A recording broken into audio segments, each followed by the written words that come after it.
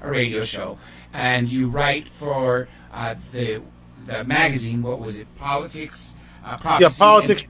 Politics, Prophecy, and the Supernatural. But the new TV show is ppsreport.com. Politics, Prophecy, and the Supernatural Report. And you can go to our YouTube channel, L.A. Marzulli, and check it out there, or ppsreport.com, ppsreport.com. We've got, I think, 15 shows now and growing.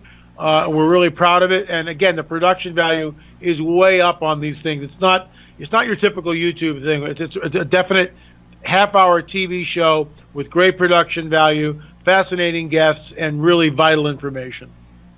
And I love the fact that you guys are putting it on YouTube because of the fact that you have such a professional quality when it comes to creating and presenting films with such incredible data. And going back to something you guys said at the very beginning of the show, you lay out all the facts for people to connect the dots. Rather than, like you said, thumping them over the head with the Bible, you're saying, look, here's several soldiers talking about a giant. Here's another account of this giant being taken away. Here's a multitude of skulls found across this earth, multitude of skeletons that are dug up that are minimum 9 feet tall, if not, even bigger. And that's what I love about the Watcher series. You just lay it out there, so it's so irrefutable that even if this was taken to a court of law,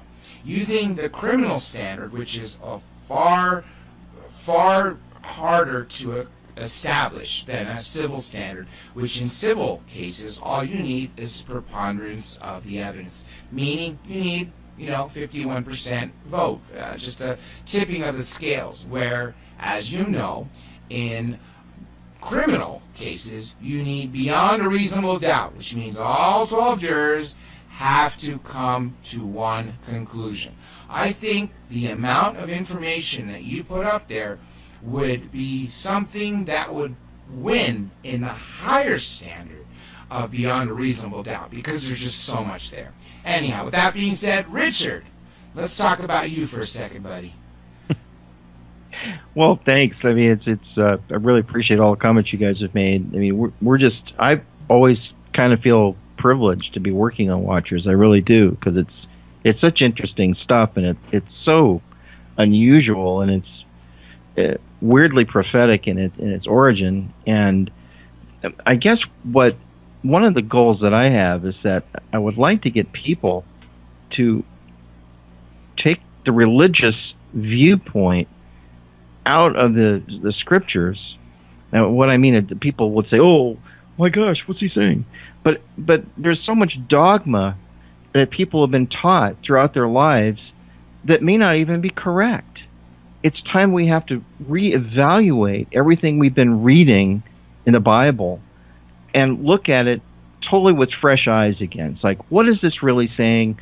If we were trying to look at it through scientific means and try to understand what's being explained here in incredibly old English, what are they talking about? And more often than not, if you evaluate it like that, all of these things kind of just become clear. It's like, oh, he's talking about a spaceship, or he's talking about a giant, or the giants came back after the flood. Oh, okay, we've got Goliath, we've got these other guys that appear, but there's nothing in there that says that they ever left.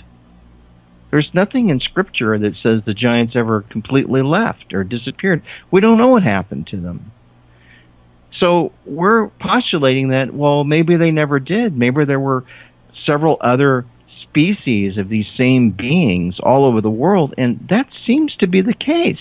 In what we've discovered in Peru and in other places, like when LA went to look at in the island of Catalina and looked through all of their vault and was finding this material, there were giants on the island of Catalina, and they're always in the North American continents. They were always associated with the tribal Indians that were here at the time, and we're fighting them off. And this gets to the whole thing that really freaked me out on the Arroyo skull that we were able to carbon date.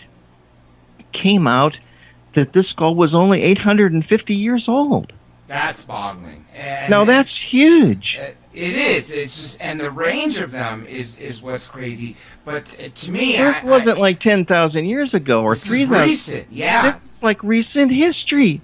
And what's happened to our history? Right? Why has this been removed from our history books? Why does nobody know about this?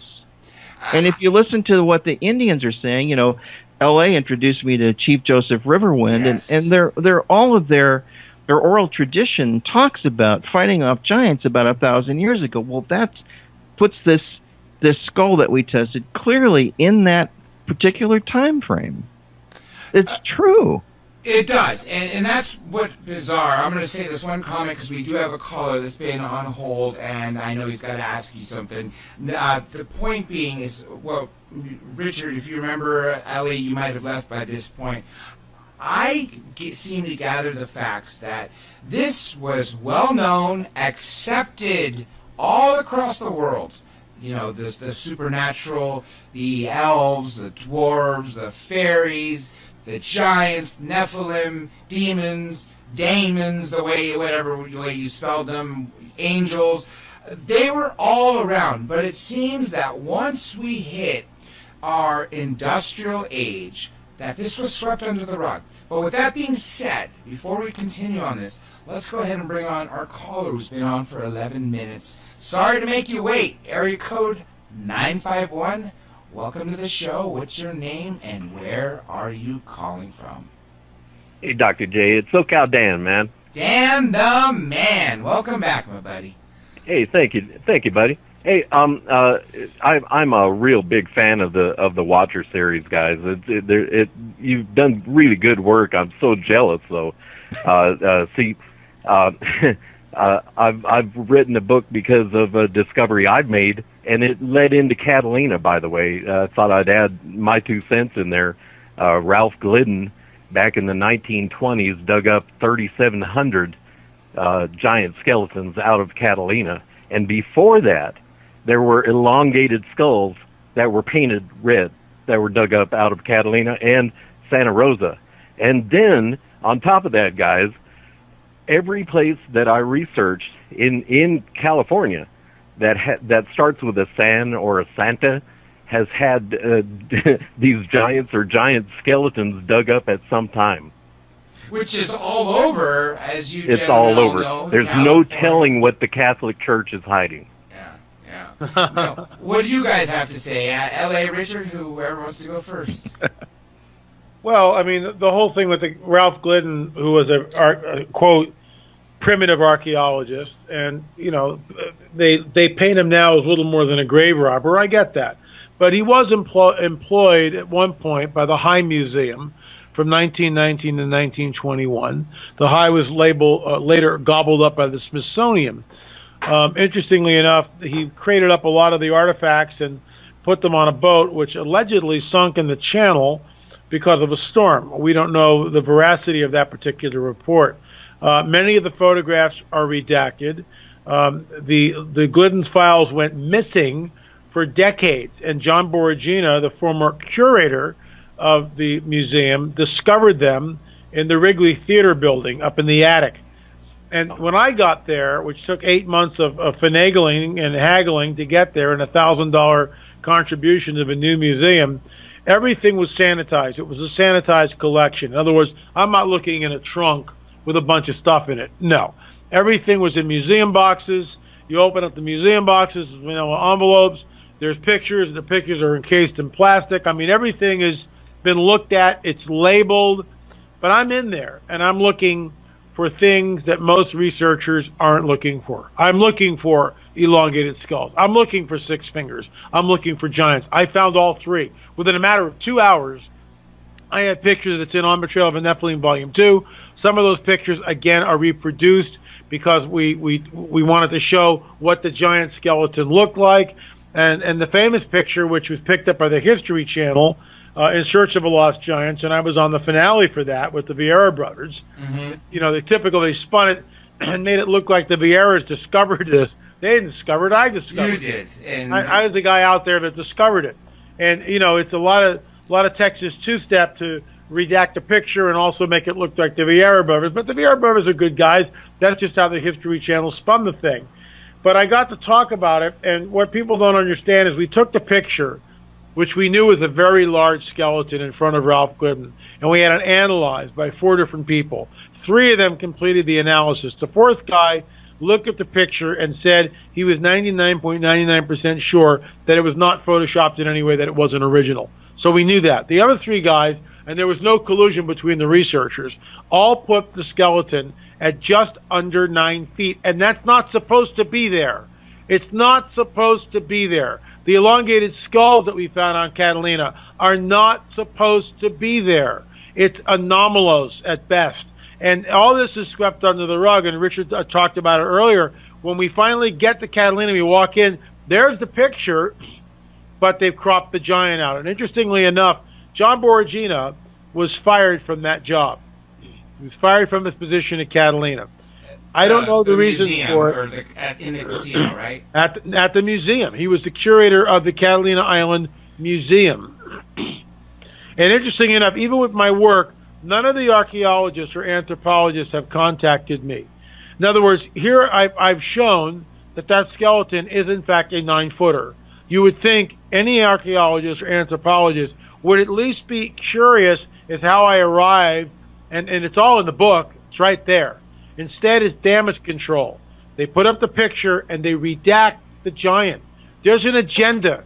There's an agenda that's here, that permeates our schools, that permeates academia, that permeates the scientific community. That agenda is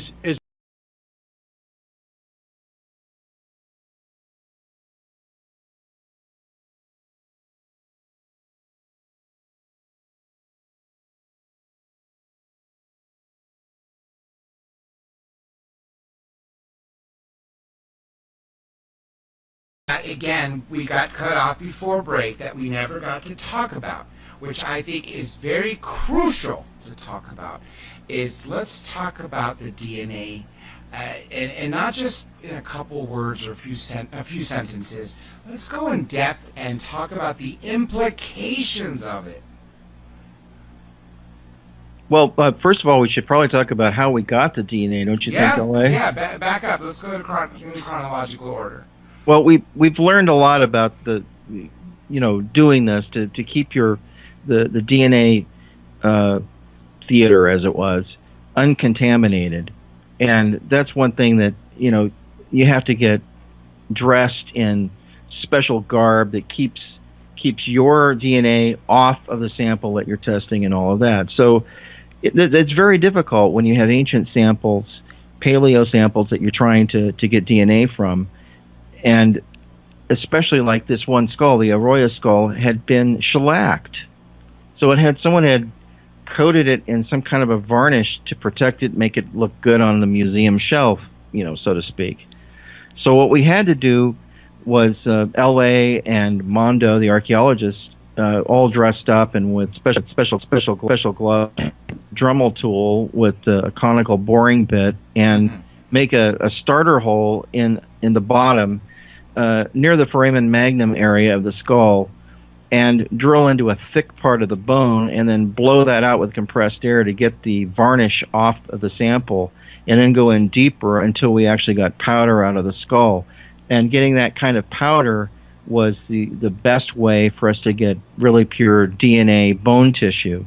And then we also took samples from other places of it, but we learned later that some of the bones that are like around the edge where the skull had a large break in the back, and we took some bone material from that, but that had been exposed to oxygen longer, and so there wasn't really anything that was gleaned from those samples. So we realized that the best 2 areas to get really good DNA is either from a tooth or from this powder that's inside the skull that oxygen hasn't really hit it, and it's been basically sealed. And actually, in talking to Renee Frappiero in the lab in Canada that was doing, one of the labs is doing DNA testing for us, and also her husband, Stephen, they were saying that, well, actually, the shellacking of the skull might have actually protected the DNA that was inside to some extent to keep it intact. So the DNA for that skull, I'll let LA tell you what it ended up being, but it was shocking. LA? Well, we got to remember this, that the reason why it's shocking and the reason why this is going to, and frankly, guys, you're the first show that we've even talked about any of this stuff. We've got shows now are starting to line up, and, you know, the word's going to get out. And but this is the first time we've really talked about it. In some ways, you're getting an exclusive, which is pretty cool. Before I spill the beans, that you got to understand something, that if you're a biologist or you're going to be, you're studying to be a doctor or in the scientific community, you learn about Darwinism, and that is sacrosanct in both academia and the scientific community. That's the paradigm that you embrace. That's the paradigm that you hold to, period. That's it. And within the Darwinian paradigm comes a section of Darwinism, how the Earth was populated, and specifically the New World, the Americas. According to Darwinists, at the end of the last ice age, the Bering Strait, which is what we have now, there was a land bridge called the Beringian Land Bridge, the Bering Strait, the Beringian Land Bridge.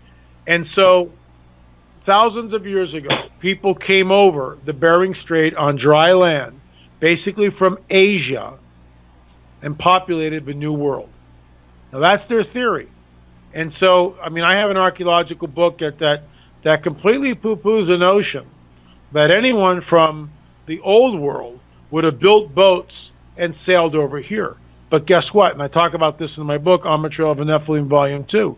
Thor Heyerdahl proved that it could be done. In fact, in his best-selling book, groundbreaking book, Ra, he takes what the Egyptians would have had, a papyrus boat with not a canvas sail, but a cotton sail on that, and he sails out of the Nile into the Mediterranean and winds up crossing the Atlantic and winds up without a compass, without doing anything, just following the trade winds.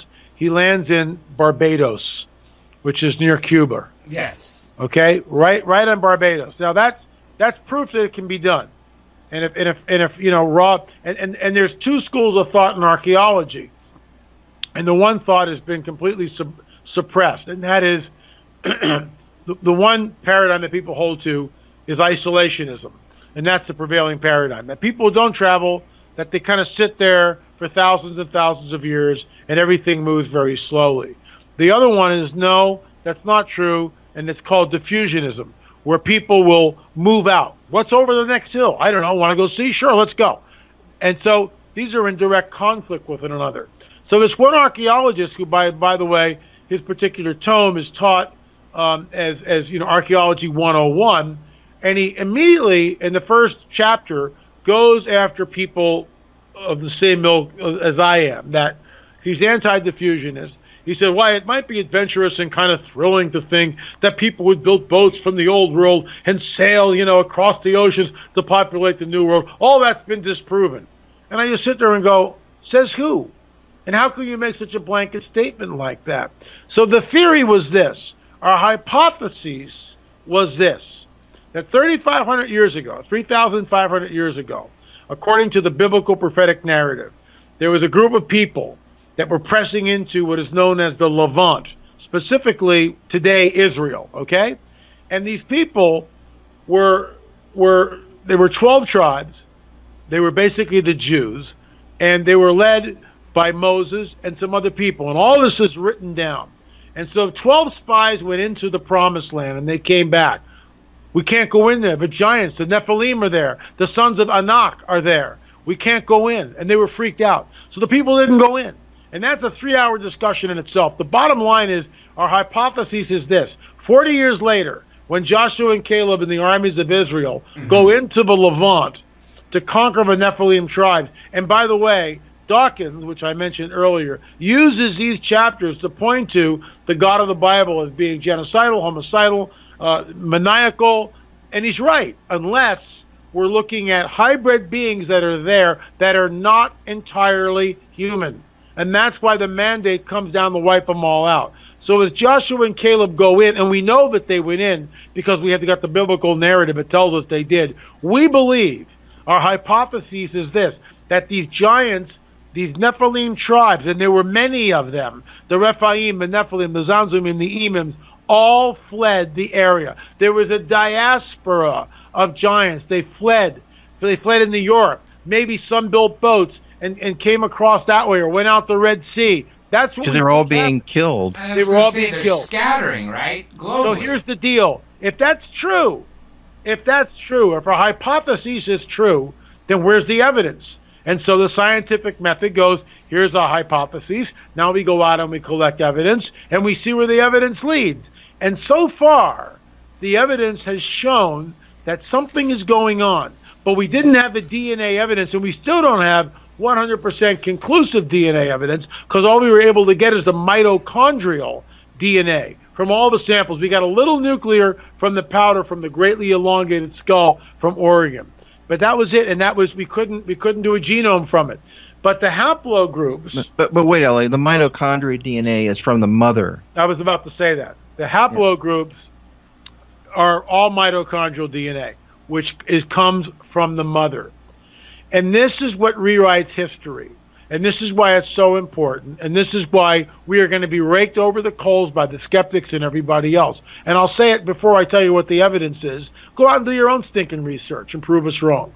We've got 5 skulls that we've tested. Here are the hair samples. It's all there. Here are the DNA reports. I republished the DNA reports in toto in the book Nephilim Hybrid, so you can read it for yourself.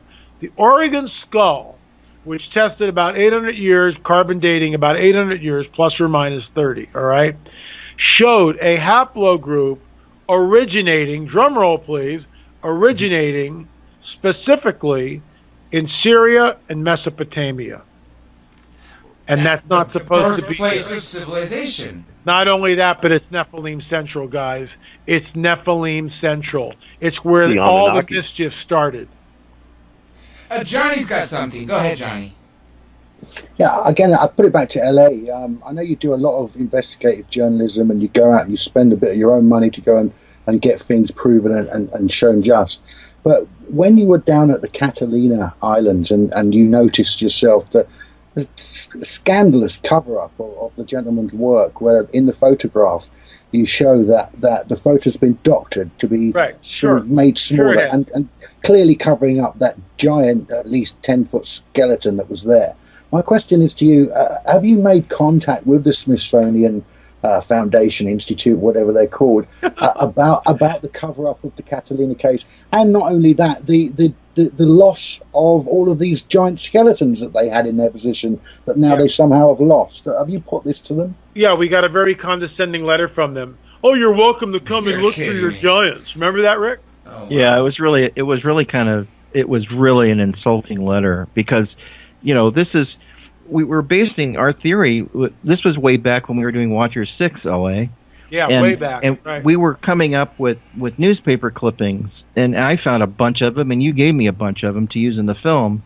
But what we discovered was between about 1880, 82 roughly, to the early 1900s, before 1920, I believe, there were many newspaper articles talking about giants that people had dug up in their backyards. Now, this was like a common thing, and we're talking about articles that were published in the New York Times and in the Los Angeles Times. I have something I have to say to you. This is a comment from Lisa. I actually know something about this, so I'm going to give you a little backstory. It's not necessarily about giants, and by all means we'll go back to that, but it has to do with what we're talking about, newspapers. Now, this is exactly what she's written. This comes from LA Times, January 29th, 1934. Lizard people's catacomb city hunted. Engineer sinks shaft under Fort Moore Hill to find maze of tunnels and priceless treasures of legendary inhabitants, by Jean Bosco, I don't know how to pronounce it. What I know about it from reading this in a whole separate book, Weird California, as a matter of fact, talked about it in the 20s and 30s when they were searching for gold here in LA. They came across what they thought was a gold mine. But yet when they penetrated it, they found it had already been dug through by having a sophisticated network of tunnels. The further they got into the tunnels, they found these reptile-like beings. This is long before the word reptilian was out there. And sure enough, as you see it, 82 years ago and 5 months, this was on the cover of LA Times. So just like you were saying, what you heard at the end of the 19th century and the end of the beginning of the 20th century, where people were digging up these giants. And I've seen some of these newspaper clippings that you presented that I've also found on my own. And it's just crazy how nobody questioned it. Nobody said, oh, they're fakes or they're part of Barnum and Bailey. Everybody accepted it because it's almost as if everybody already knew. And here's one more final comment. The reason why I mentioned it, though, Dr. J, is because your question was about the Smithsonian. And in one of those articles that I was referring to, it said, and the bones of the giant were delivered to the Smithsonian Institute for national study. So then when you contact the Smithsonian and say, where are the bones from this article in the early 1900s in the New York Times, where are those bones and can we see them? Well, nobody knows where they are. Speaking of the catacombs, or where they found these reptilians, I'm just getting another quote here. It says, they found 4 9-foot mummies too. I think that's fantastic. Johnny Webb, go ahead. Well, we've got our first international Facebook from Peter in Norway, Gardermoen in Norway, in fact. I believe that to be giant country as well. But he's put a question which I thought was quite fascinating. With the Paracas people's elongated skulls and other elongated skulls found, has there been any evidence of the bodies, the skeletons being of giant-sized proportions as well? And in fact, what was the height of the skulls' bodies? Well, let me just tell you something, that the Nephilim tribes, there's different names for them, like I mentioned, the Raphaim, the Nephilim, Anakim. Anakim is a very important one. We're not sure that all the tribes were giants. There may have been different genetic characteristics which are denoting or relating to the names. For instance, the Anakim, and I wrote about this in the book, and we also covered some of it in Watchers 10. And this is where it really gets fascinating and off the rails. The Anakim means long neck. So you say, well, okay, that's interesting. What does that mean? Well, we have an archaeologist that we work with. His name is Rick Woodward. And he examined 5 of the Paracas skulls through photographs and also the 3 skulls that I sent him that were absolute casts, all right? Casts of the skulls. And he wrote a paper, which is published in the book, Nephilim Hybrids, which you can get by going to Dr. J's website. It's a great offer. It's also in Watchers 10. He comes on the record, on the camera, on a Skype interview. Fascinating stuff. What he came up with, again, was it's going to be disputed. All the naysayers will jump on board and cry foul and blah, blah, blah. Go out and do your own stinking research, for crying out loud. This guy has done due diligence, and here's the deal. The foramen magnum is at the base of the skull, where the spinal column attaches to the head. It's called the foramen magnum. It's the opening at the bottom, the hole where your spinal column goes into the brain. Yes. That is completely different in the elongated skulls found in Paracas. And what I mean by that, the position of the foramen magnum as well as the shape is completely different than a normal human skull. And here's the rub. You can't cradle headboard that. You can't move it back. So what's really interesting, and Brian Forrester comes to the picture, I send this stuff to Brian. Brian looks at it and he sends it over to Marcia Moore. Marcia Moore is an incredible illustrator. Some of her illustrations are actually used in the new book, Nephilim Hybrids, all right? And so she's looking at this thing, and reading a report by Rick Woodward. She knows nothing of the Anakim. Nothing, all right? She's like a clean slate here. There's the pics that Rick just put up. Clean slate. And she goes, you know, because she's a forensic artist. That's what she is. And she's looking at this going, if the foramen magnum is that small and in the rear of the skull, which is where it is compared to a normal human skull, I wonder if the neck would be longer. She came up with this, and she sent this to me, and I just started chuckling, and I got Brian on Skype, and then I emailed her, and I just said, neither of you guys know this because you're not versed in this, but the Anakim, interesting like you would do this, the Anakim means long necks. That's what it translates as, the long necks. And isn't it interesting to think that the evidence, the DNA evidence, and we haven't even talked about the Paracas skulls, comes from another part of the world where it shouldn't be coming from. Again, we don't have nuclear DNA. All we have is the hair, and we got mitochondrial DNA from the mother. But the DNA from these skulls show, and I'll let Richard just spill the beans on this one, show an ancestry which shouldn't be there, which then corresponds back to the biblical prophetic narrative and points to the veracity of our hypotheses that, in fact, these skulls may be, and I'm just underlining may, we don't know yet for sure, but the evidence seems to suggest that these may be Nephilim.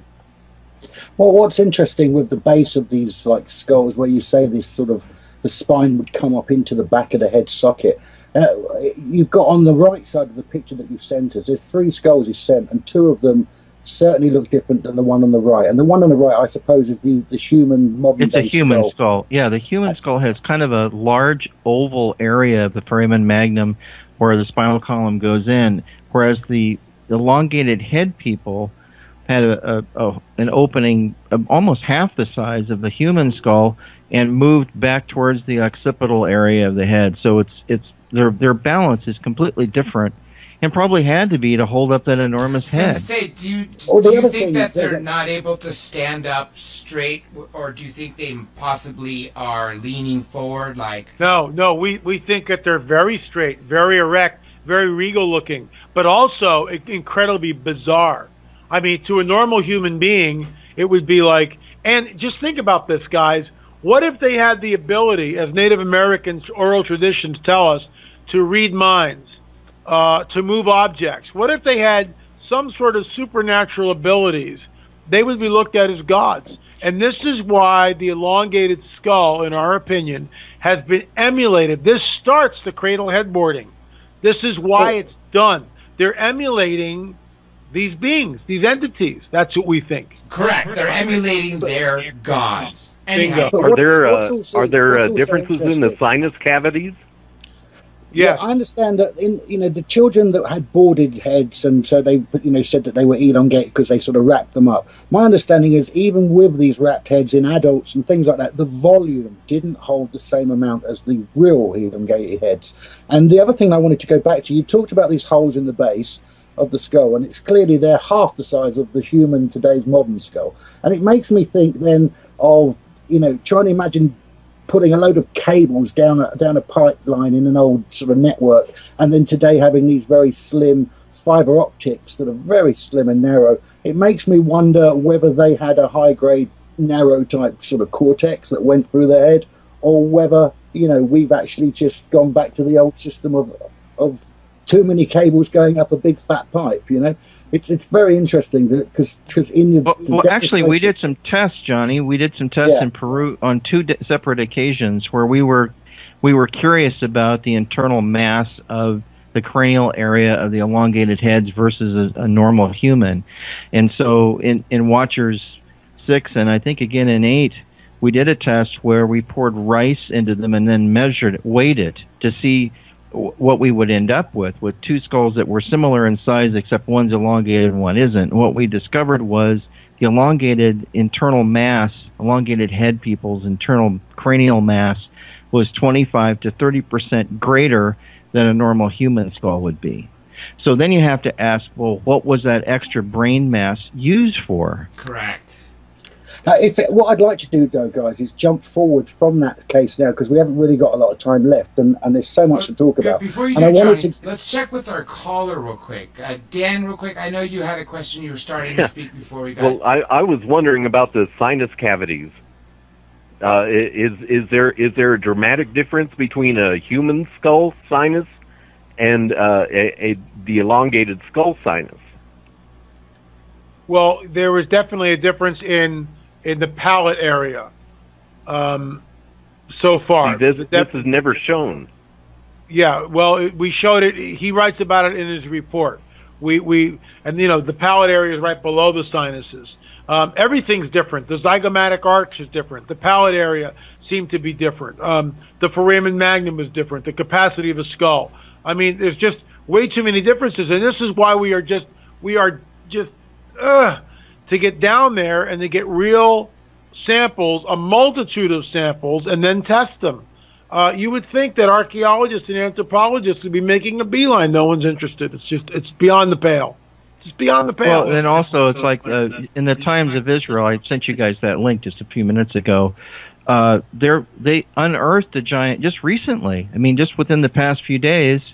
I can't tell how big it is by the picture. It looks at least 8 feet long to me, laying there with the guys all around doing archaeological digs.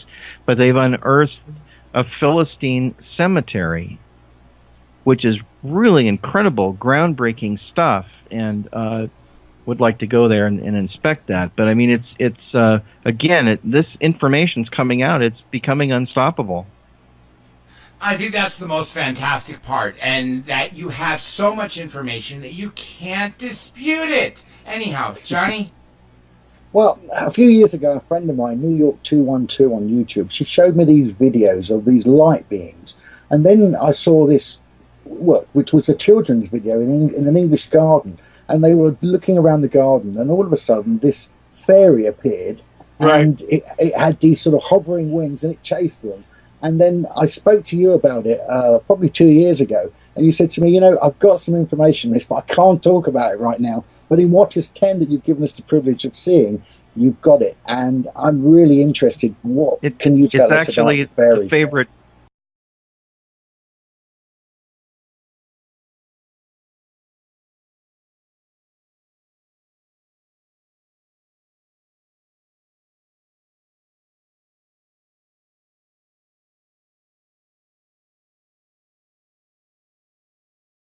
Feel pressure, gentlemen. We will absolutely have you back on soon to continue Watchers 10, because there's so much more. There's so much more. And remember, it's not just Watchers 10. It's also the book Nephilim Hybrids. I think they go hand in hand. Anyway, gentlemen, continue. Well, L.A., I'd like to talk about how we were introduced to this creature. I mean, basically, when L.A. and I flew down to Mexico to meet with Jaime Massah, who was actually introduced to us through Dr. Lear, we went down there, and the first thing Jaime does, he takes us up into his office. He turns around into the back where he has this cabinet with glass doors on it, and he pulls out this, what looked like about a quart-size glass bottle of liquid with something floating in it. I couldn't tell what it was. He put it on his desk, and I'm going, oh my gosh, is that what I think it is? And we both look at it, and here was what is pretty much described by everybody as what people refer to as a fairy. That's what I ended up calling it. But it was a creature that had a head with a face like a human. It had pointy little ears like Spock. It had a furry substance around its midsection. It had wings. It had hands with arms and fingers and everything. It had feet. So basically it has 6 limbs. It has 2 arms with hands on the ends, like you would normally expect, and then it has feet and legs, and then wings on the back, and a head like a person. And let me say this fact. Really, I just couldn't believe it. So then immediately people are saying, oh, it's a hoax. It was put together by, pieces from other creatures and all that. And I don't know where you'd find a head like that, even on any creature. Monkey even doesn't look like that. But On a church. what about the That's kinda fact started. that this being, witnesses who have seen it, talked about that the wings, when they're flapping, are as loud as a helicopter?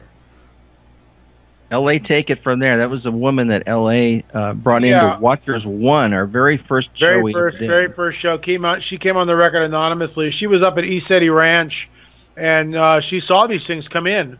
Lots of nonsense happens up there with Gilligan and the crew. They've opened up gates and portals, and who knows what's coming in.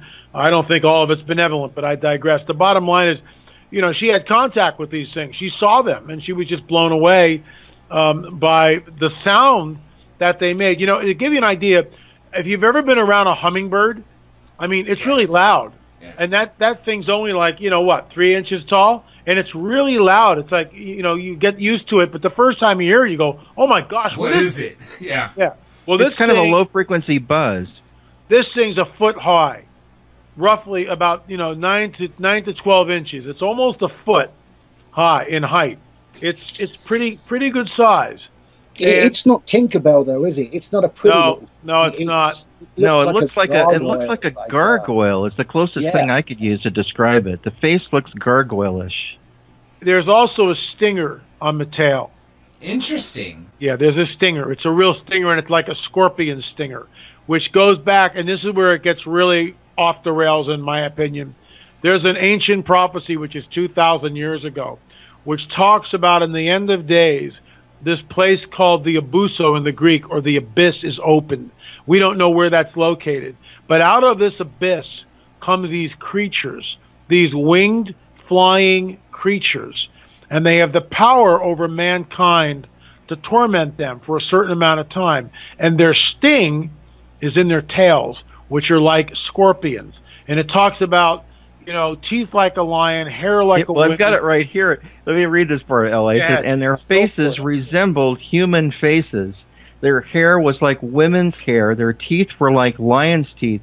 They had breastplates like breastplates of iron, and the sound of their wings was like the thundering of many horses and chariots rushing into battle. They had tails with stingers like scorpions, and in their tails they had the power to torment people for 5 months. Now, this creature that we're showing in Watchers 10 is almost a spitting image of what is written about in Revelation chapter 9. Yeah, he resembles all of that, without a doubt, guys. What about the X-ray where it showed what looked like little BBs? And think about it. Any hunter out there, first of all, either if you're hunting for, say, ducks or rabbits, or you're just scared of what's in your backyard, what are you going to use? You're going to use your 12-gauge or 14-gauge buckshot shotgun. So when I saw this image, this X-ray of this being, and it has these little BBs in it, the first thing that came to my mind is someone was scared or rattled by that noise, turned around and shot this thing with a buckshot. Would you agree? Well, the way we got there, we were there the day that they did the X-rays. Richard and I, providentially, we were there at Jaime's office, and they come in. They took the creature. They did the X-rays. They come back. We saw the X-rays the same time Jaime did, and we're all going, "What are these white dots?" And someone said, "Well, they may be implants." And we went, "Oh, okay, implants. That's kind of weird, I guess." Whatever. Yeah, but you have to understand. Okay, I know this sounds weird, but you have to understand. We're in Jaime Maussan's office, the guy who does all this UFO stuff. He has 4 million viewers every week, and it's all about UFOs and aliens and implants. That's where we're going to go. Yeah. I've got to say, Jaime Maussan gave us 6 gigabytes of video to use for our Dr. J Radio live show. So, God bless him. So I know that what he's always got that way. Jaime's amazing that way. He gave Richard terabytes of everything he wanted. I mean, we went out and bought a hard drive to dump it all in. And almost every Watchers, you guys go to Mexico City and actually get to see specimens, and film them. But what was really interesting was you had another guy on that you'd got these X-rays and you were showing them to a veterinarian in America. This is the kicker. The vet would not come on the record. The vet would not come on the record with us, okay? Not on camera. But I said, "Well, can I record the audio?" He said, "Sure." Just don't mention where I'm from. I said, great. So I show him the x-rays. And my first question is, does this look real? I realize it's bizarre, but does this look real? You're a veterinarian. You know, you study anatomy of many different animals. He goes, and he's looking at this thing, and he goes, if this is a hoax or a fake or a composite, whoever did it did an unbelievable job because it looks real to me. And, you know, we talked, and the whole transcript is in the book. Some of it's on the film, but the entire transcript is in the book, Nephilim Hybrid. So then I go, well, what are these, you know, we talked about the wings, and where the bone is dense around the skull, the radiograph is much lighter. It turns white. The skull is very white, and with the section where the wings attach themselves to the back was also very white. And I'm going like, well, you know, we're looking at a creature that we've never seen, but I mean, if it's wings and they actually are working, then we've got a whole network of muscles, and they've got to attach somehow, and maybe that, and he completely concurred with that. He said, yeah, that makes a lot of sense. And then we got into the BBs because we're running out of time. And I said, well, he goes, I go to him, I go, well, what are these white dots? And he goes, well, they remind me of BBs. I've seen them in dogs. You know, if somebody takes a BB gun or a pellet gun and shoots the dog to get him off their property. I go, BBs? He goes, and this is what he says, yeah, you know, like buckshot or birdshot. And then the light bulb goes off, and I went, oh my gosh. Because see what, in the x-ray that we had, on the left leg, there was the bone was splintered, and there was this white dot which had like splatted out. In other words, we didn't know what it was. And so some people were going, well, maybe it's a hoax, and this is like, these white dots are like, you know, where they're putting the creature together. But they were too random. They weren't where the joints were. That's right. That was one thing that we couldn't remember because we saw this x-ray really briefly when we saw it for the first time, when L.A. and I looked at it with Jaime, and I couldn't remember where the white dots were, and immediately we're thinking, well, maybe those were metal pins holding body parts together. It was a hoax holding body parts. Yeah. But then when we got when we actually got the x-ray from Jaime, and I put it in Photoshop and zoomed way in on it. I was telling LA, I said, these dots are completely asymmetrically located. I mean, there's no rhyme or reason to where they are or why they're there. And we don't know, we're assuming they're metal because it comes up white. And normally in x-rays, metal objects turn white. And we had no reason, they had no reason for being there until the veterinarian mentioned that. I just want to finish what LA was saying, which was that the veterinarian that was looking at these x-rays had seen this buckshot and produced an idea that they tried to make some sort of like mending of this broken leg. But what clearly happened was the buckshot spread across the leg. Exactly. And that was profound. The buckshot broke the leg. Yeah. The moment he said the buckshot, the bird shot, everything just went, oh my gosh, somebody shot this thing. Which meant it had to be flying. Yeah. When it was shot.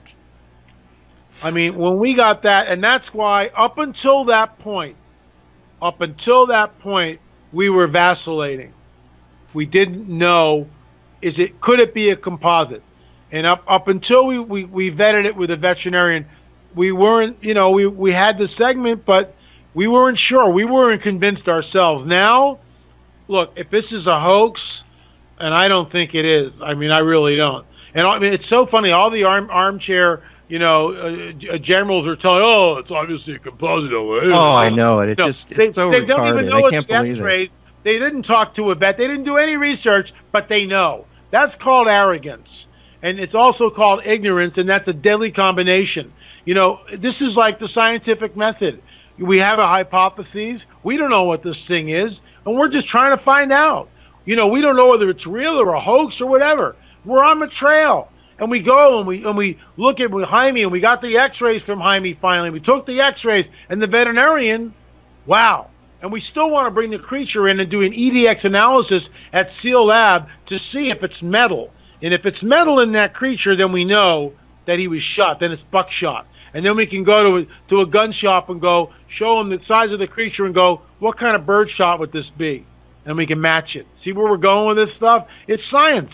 I mean, you know, it's sensationalistic on one way because I've never seen anything like this. When Jaime brought that thing down, Richard and I looked at each other. Our jaws were on the floor. I just looked at Richard and said, "You have got to be kidding me." And we were sworn to secrecy, and we kept it secret for 3 years. And now we're revealing it with Jaime's blessing. Because we're coming close, I got a few things. First, I want to ask you, are there any other specimens you have come across? And then I'm going to let Johnny ask his question before I turn it over to our caller real quick. Go ahead, guys. What do you, have you found any others to compare it to?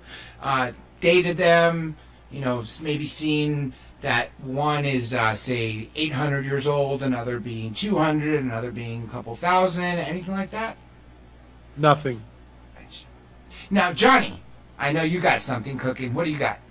It's going back to the item that was in the glass. Now, my understanding was formaldehyde that the little fairy was kept in, and so when you were given a sample from, I believe, the wing part of it, you wasn't able to get a very good DNA. The way that you explained in your documentary how the strands run down, and then they collect it through this sort of means.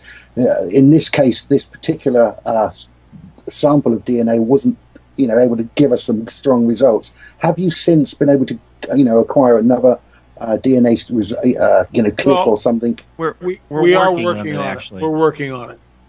Let me ask our caller who's been, hanging by, listening live, and has asked you a couple questions, if he's got something to ask before we end real quick. Dan, well, I sure do, man. Thank you, Dr. J. First off, I want to say that, scientific method is repetitive experimentation. It's not denial, so, just to get that straight, those are just debunkers, and they should be dismissed. They are not skeptics, and they are not scientists. But I've made an amazing discovery myself, and I've been trying to make some videos of this. Do you have any good advice for a bad YouTuber? Rick? You mean in what respect are you calling a bad YouTuber? Is it editing? Is the trick scripting? Oh, are you talking about production quality? You're trying to make a good-looking YouTube video? Yeah, I'm committed to making better videos.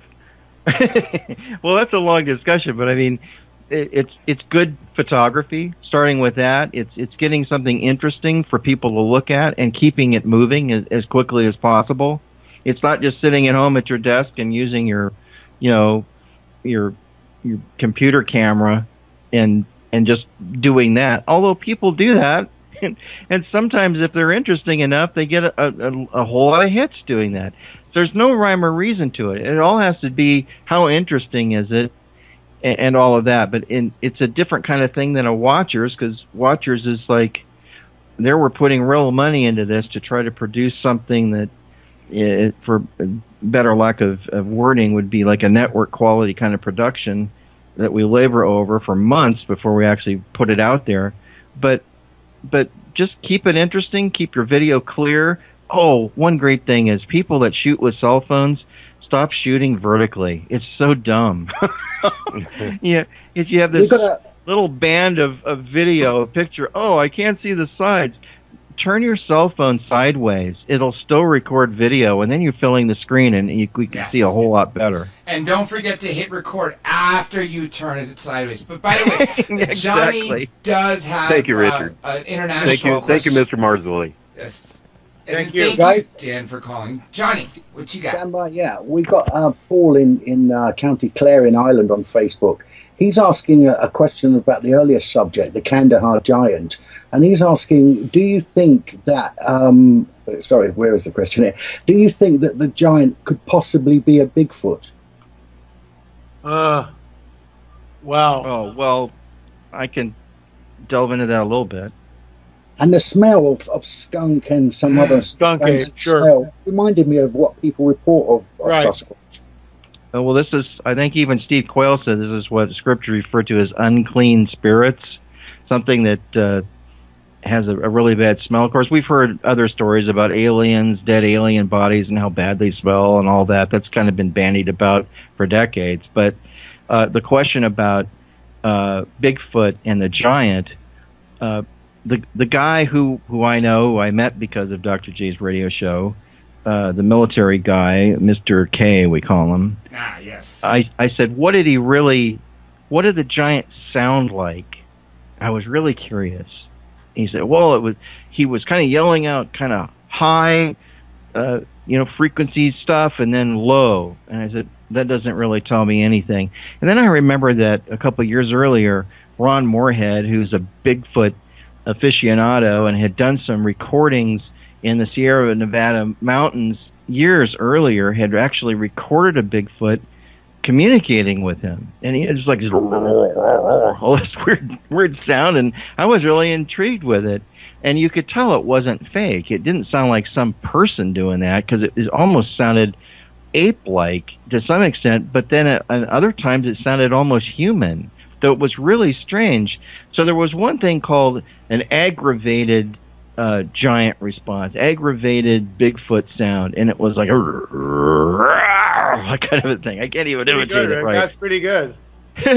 and so I played it for Mr. K. I said, did it sound anything like this? And I played in that cut that Ron gave me. He goes, it sounded exactly like that. And when he said that, I'm going, oh my gosh, because now that's a huge clue. He didn't know. He didn't know where it was from. He had no idea where it was from. No, I said, did it sound like this? And I played it for him over the phone. He goes, it sounded exactly like that. There you go.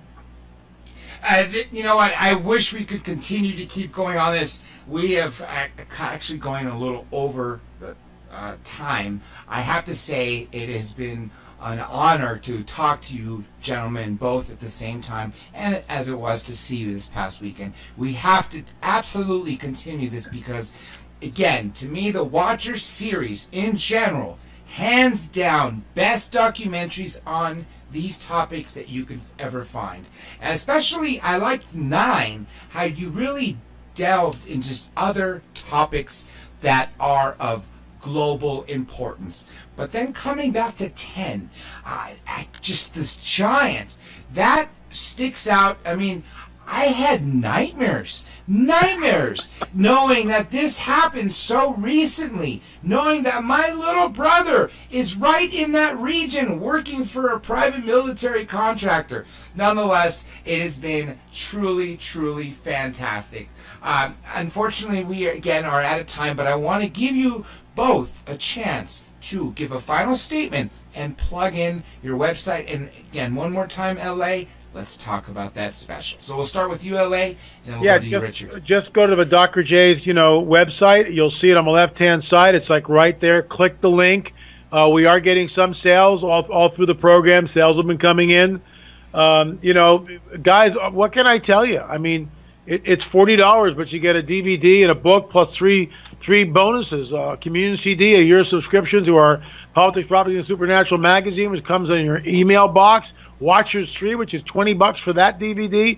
Fingerprints of the Supernatural. We promise you, you will not be disappointed. And Dr. J gets a cut of the proceeds. So everybody's happy. You support him, you support us, and it's all good. And you get to educate yourself on what's going on, because we just scratched the surface here. Trust me. That's right. And remember, this link will be available always on the website, drjradiolive.com. Richard, final statement, and, of course, website. Oh, well, yeah, my website is, I have 2 websites, actually. Of course, LA and I kind of share his site occasionally, but you can go to pinlight.com, pinlight.com. And also for the Torah code stuff, you can go to endtodarkness.com and see pretty much all the stuff that I have about the Torah codes, which also intrigue me. And just in closing, Stephen Bassett, who we all know, who is the DC lobbyist for disclosure, is really working this hard and really believes, and so did Jaime, and there's on the disc that we include in Watchers 10 is a special feature with an interview with Jaime talking about this same thing. It believes that Obama is going to be the disclosure president before the end of his term in 2016. He's going to basically reveal the extraterrestrial presence among us. And this is rapidly moving into some kind of an area where It could actually happen. And if it does, the whole world's going to change overnight. It'll be an instantaneous change. And most people will be clueless when it happens. Yep. I absolutely agree. And, I hope it will be changing, life-changing. Everything will change, from theology to economy to your political beliefs. That will be the beginning of the next stage of humanity. Of the history books will have to be rewritten. Science books will have to be rewritten. I just hope it happens, because long before he was even elected president, we were told Obama would, disclose. Then you had a couple, talks here and there. For instance, when he met with Will Smith and, sarcastically asked or answered Jaden Smith. Nonetheless, I hope it happens. So everybody, just remember, we have him here till January, until the next president, getting elected in November, will take office. So anyhow, with that being said, don't forget that you will get a chance to hear this again on Late Night in the Midlands, where I want to thank Ira Robinson and Michael Vara, as well as Angel Espino of the PSN Radio Network. Don't forget, we're UK, United Kingdom, where Johnny Webb is. And, of course, I want to thank him for setting us up with JC at the Deep Program Radio Network, based in the United Kingdom. If I'm not mistaken, we are the only American show there, and it has been wildly successful. After all that is said and done with, and this show is played over and over, guys, you will get to hear it for infinity right here on our very own YouTube page, where our archives go. They have been popping up. Again, we still have about 80% of the last 5+ years show to get up there, but they are going up with amazing footage provided by the one and only Jaime Maussan. Remember, again, as I said, the only key phrase you have to remember is the name of the show. That is Dr. J Radio Live, DRJ Radio Live. That is the same name that you'll only have to remember for every social media account: Facebook, Twitter, Instagram, Flickr, Tumblr, Pinterest. Most importantly, our YouTube, and second most importantly, of course, the website. With that being said, I want to thank Elliot Marzulli and Richard Shaw for joining us tonight. Like Great I said, to be here. Thank you. Thank you, Dr. J. It was always a pleasure. It sure is. If you gentlemen can also please hang by for a few moments, and everybody out there, you will get to hear a continuation of this, because there's so much more we barely got to touch on, and some that we didn't even get to touch on that you will hear. I also want to thank all of my crew for all the behind-the-scenes work, especially Johnny Webb. Not only is this poor guy awake 3 a.m. to 5 a.m. Greenwich Mean Time to do this show live, he is working behind the scenes to make it happen. So I have to thank him for that. And with that being said, this is Dr. J, and I am officially signing off. Here comes our outro.